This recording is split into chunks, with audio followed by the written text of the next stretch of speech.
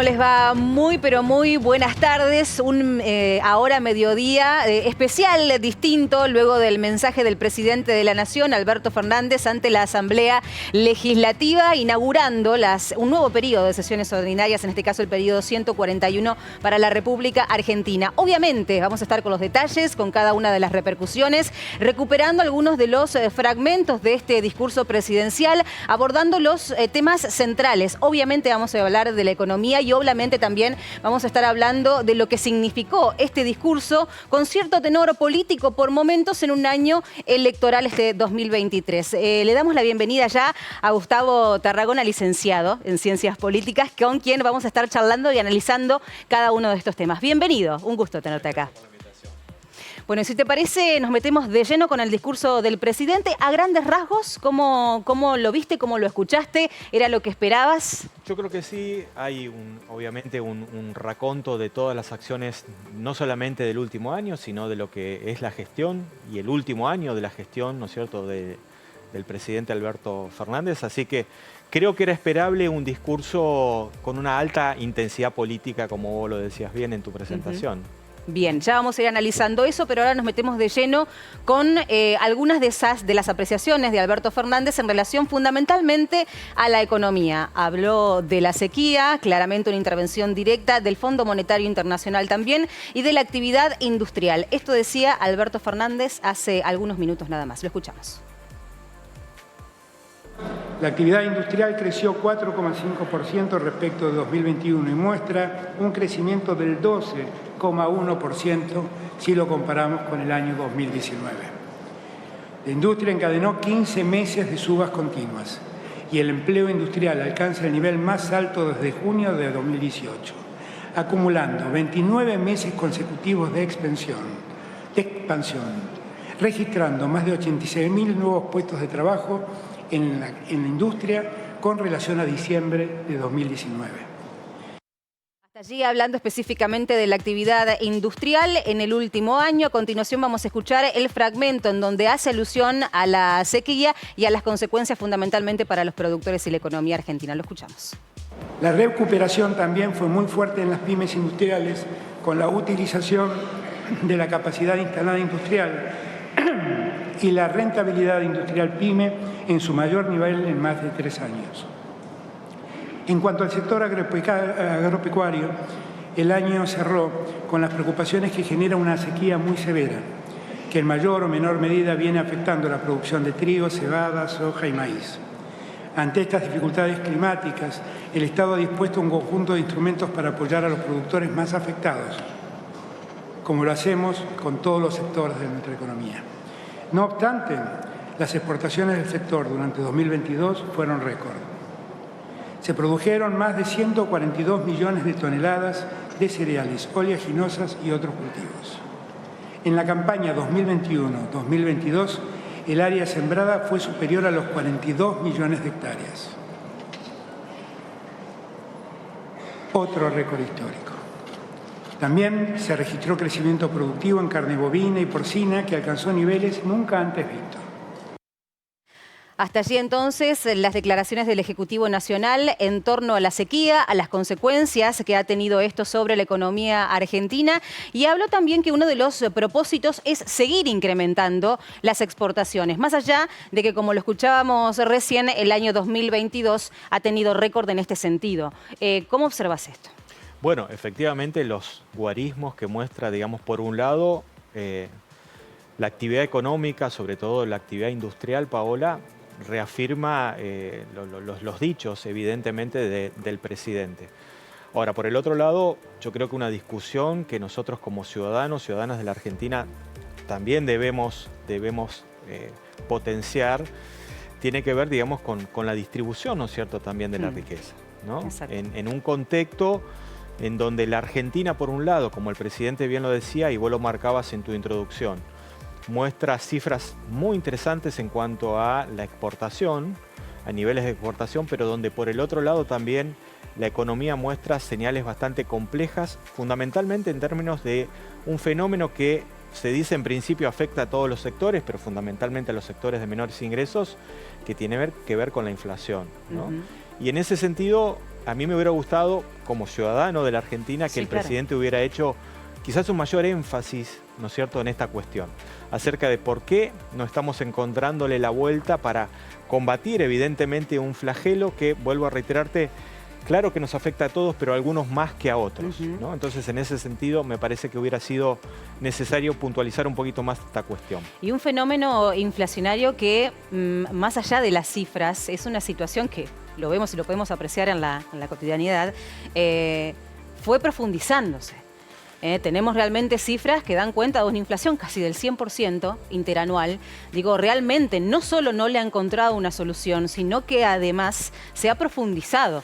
Totalmente, y cuando nosotros recurrimos un poquito a la política comparada, digamos, ¿no?, que es una de las metodologías que utilizamos en la ciencia política, vemos que hay también inflación en otros países, ¿no? En los Estados Unidos hay inflación, en los países europeos hay inflación, pero claro, tiene que ver con inflación de otras magnitudes, digamos, ¿no? Cuando uno le dice a un extranjero que nuestra tasa es de un 6, un 5% mensual, que es lo que ellos tienen fundamentalmente casi, digamos, en un año, las cosas son complejas.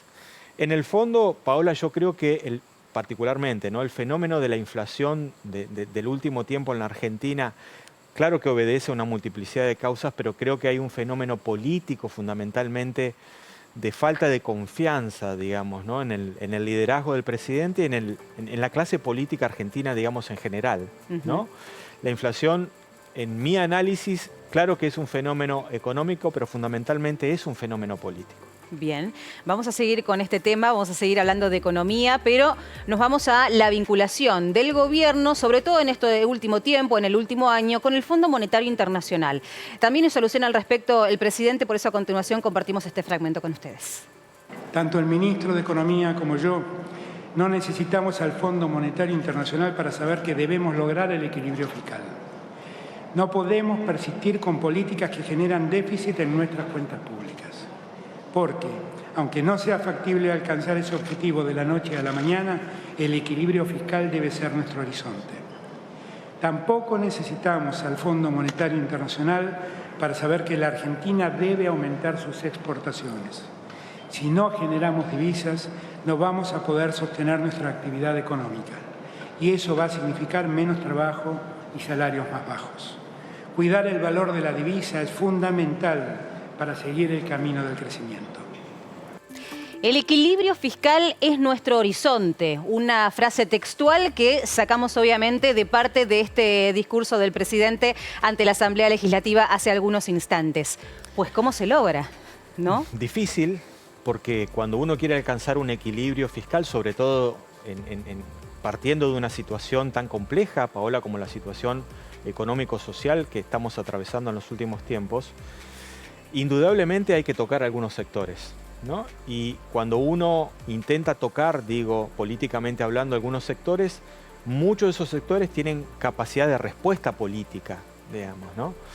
A mí me parece hay otros muy... que prácticamente nula. Claro, exactamente. A mí me parece muy interesante recordar también, Paola, a nuestra audiencia que, por lo menos en los primeros años, ¿no es cierto?, de la presidencia de Néstor Kirchner y también en los años posteriores del primer gobierno de Cristina Fernández de Kirchner, había como dos pilares fundamentales que tenían que ver con ese equilibrio comercial, ¿no?, lograr una balanza comercial superavitaria, positiva, pero también, claro, un equilibrio, digamos, fiscal, ¿no?, que yo creo que, sobre todo en la última parte, podemos discutirlo quizás a esto más profundamente, pero que en la última parte del gobierno del presidente Alberto Fernández ha sido en cierto sentido descuidada, digamos, políticamente. No estoy diciendo que sea fácil solucionar esto, ¿no?, pero evidentemente es necesario restablecer o avanzar en mecanismos de restablecimiento del equilibrio fiscal. Me gustaría luego que hagamos el ejercicio de ir conectando cada uno de estos temas.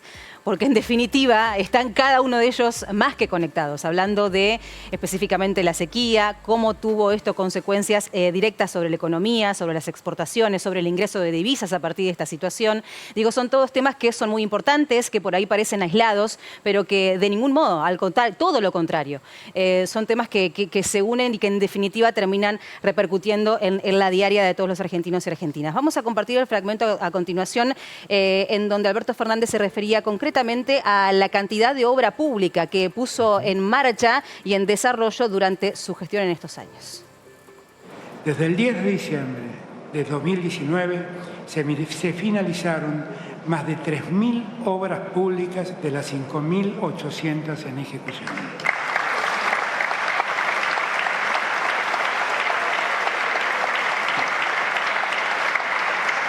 Eso es tanto como decir que cada día de gestión hemos concluido 2 obras y media por día.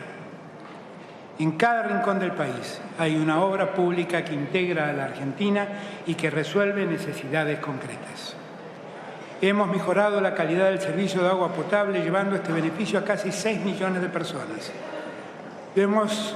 Lo mismo hicimos con el mejoramiento de la calidad del servicio en el saneamiento de aguas servidas. Más de 11 millones de personas se beneficiaron de este modo. La inversión pública en infraestructura que estamos haciendo en cada provincia tiene que ver con un plan de trabajo y de desarrollo que va acompañado de distintos indicadores sociales y económicos. El presupuesto destinado a la obra pública se redujo a menos de la mitad entre 2015 y 2019. En 2020 comenzó su recuperación y para este año proyectamos un incremento presupuestario del 633% más respecto a lo ejecutado en el año 2019. Hasta allí entonces hablando específicamente de la inversión que ha tenido el gobierno en obra pública y teniendo en cuenta el año electoral, la inevitable comparación con lo que había sucedido en la gestión anterior. Bueno, las comparaciones son difíciles siempre, ¿no? Porque los contextos son diferentes, pero algunas cuestiones que uno podría plantear en el análisis, Paola. Primero es que la gran mayoría de los estados a nivel mundial aplican, digamos, lo que se llaman, o lo que las especialistas llaman políticas anticíclicas, ¿no? Eso quiere decir que cuando la economía, sobre todo una economía tan interconectada en este tiempo de globalización, empieza, digamos, a mostrar signos de fatiga o de debilitamiento, ahí aparece de alguna manera también el papel del Estado dinamizando a través, por ejemplo, de lo que el presidente decía, ¿no? La obra pública, justamente esto.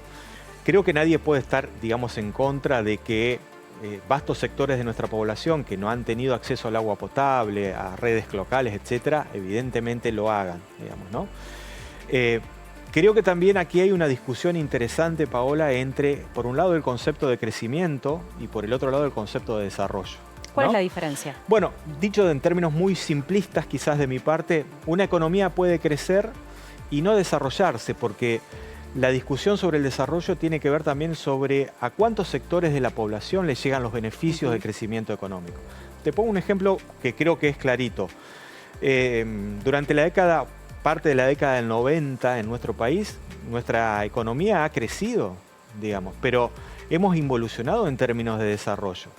Si vos tomás algunos indicadores del INDEC, también de algunas otras universidades que permanentemente están elaborando informes sobre la situación socioeconómica, yo creo que es extremadamente preocupante que en este contexto que el presidente ha señalado de crecimiento de la economía argentina, tengamos por el otro lado como una contracara, como la otra cara de la moneda, y vos lo decías muy bien, hay que analizar todo en su conjunto, una situación económico-social de casi la mitad de la población argentina extremadamente vulnerable, ¿no?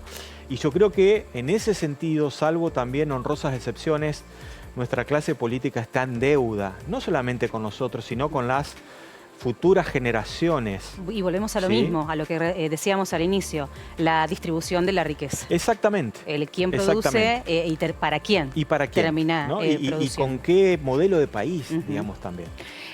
Por último, nos vamos a centrar en otro tema central que tuvo lugar casi al final del discurso de Alberto Fernández, que tiene que ver con la coparticipación. Un tema que ya trajo serias discusiones y debates sobre el final del año pasado. Si te parece, Gustavo, lo compartimos. Recientes en la disputa por los recursos nacionales y su coparticipación con nuestras provincias hicieron evidente cuál es el bloque de intereses tradicionales que pretenden consolidar las enormes asimetrías que aún existen en la Argentina.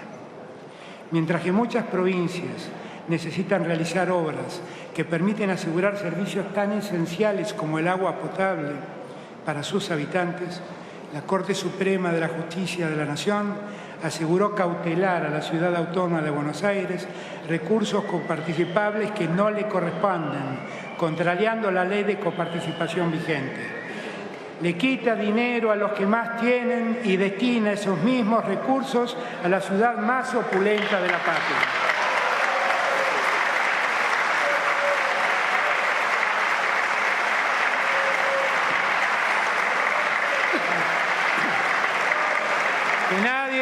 Que nadie se equivoque.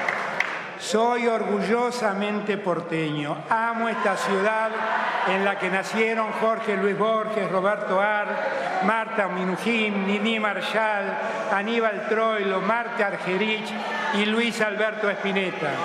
Por esos seres extraordinarios que marcaron nuestra cultura, siento el orgullo de ser porteño.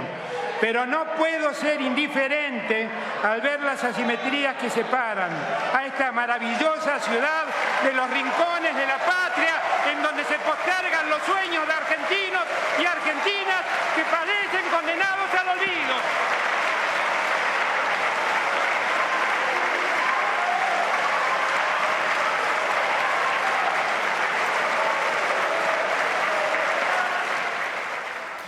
Es uno de los tantos temas que estuvo tocando, pero cuántas aristas también puede desprenderse simplemente del tema coparticipación.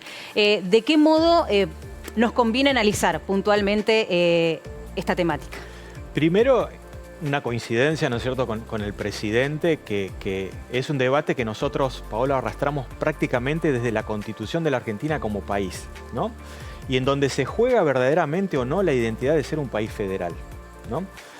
De acuerdo al esquema de funcionamiento, hoy en día es básicamente el Estado Nacional, ¿no es cierto?, quien recauda en términos impositivos y distribuye, digamos, posteriormente al resto de las provincias y a la Ciudad Autónoma de Buenos Aires.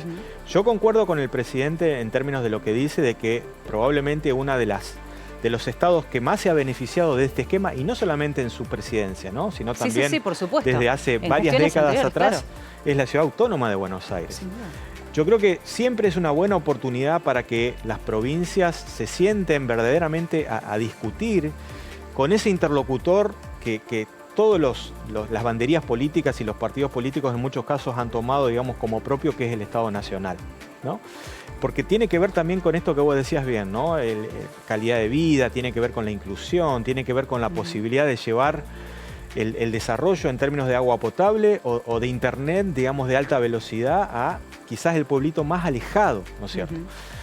No sé si este era verdaderamente el momento, probablemente sí, probablemente no. Después de esto se generó, ¿no? Sí, como cierta tensión, digamos, que se veía. Algunos gritos, por momento tuvo que frenar el discurso porque había incluso hasta cánticos. Por supuesto. En relación, bueno, a precisamente sus palabras. Pero acá parecería haber también como una suerte, y esto corre por mi cuenta, Paola, por supuesto, de acuerdo tácito, ¿no? En que vamos a discutir para que después no pase nada, ¿no? Y los gobiernos pasan, y las gestiones se suceden, no etcétera. Y la situación no se termina de definir. Yo creo que un país verdaderamente federal debería, entre otros aspectos, discutir fundamentalmente qué hace con esos recursos, ¿no? Y cuán autónomas son las provincias verdaderamente para disponer, digamos, de estos recursos. Me gustaría seguir preguntando varias cuestiones, pero me quedo con dos. El rol de la vicepresidenta de la Nación, se la ha visto poco, se la ha escuchado poco también. En este caso estuvo acompañando, según las formas, como manda la Constitución. ¿Qué análisis haces de eso? Primero, como vos lo decís muy bien y lo comparto, un rol que en principio parecería ceñido a lo institucional. Exactamente. Pero que en el fondo, digamos, uno sabe que el poder real, por lo menos en mi análisis, no está, digamos, en el presidente, sino que estaba fundamentalmente, digamos, en la vicepresidenta de la Argentina. Y por el otro lado, a mí me parece que marca institucionalmente una presencia que evidentemente tiene que ser así, porque la Constitución, entre otras leyes fundamentales, lo establece, pero que creo que es un símbolo, digamos, también de lo que es la Argentina de los últimos años, digamos, ¿no?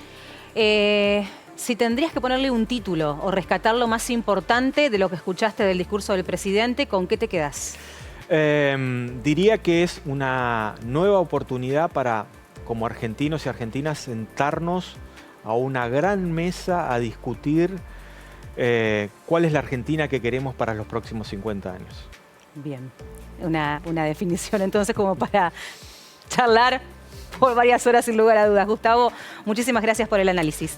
Seguramente vamos a estar charlando nuevamente porque es un año en donde este tipo de noticias está muy buena poder analizarlas. Muchísimas gracias por tu tiempo. Gracias.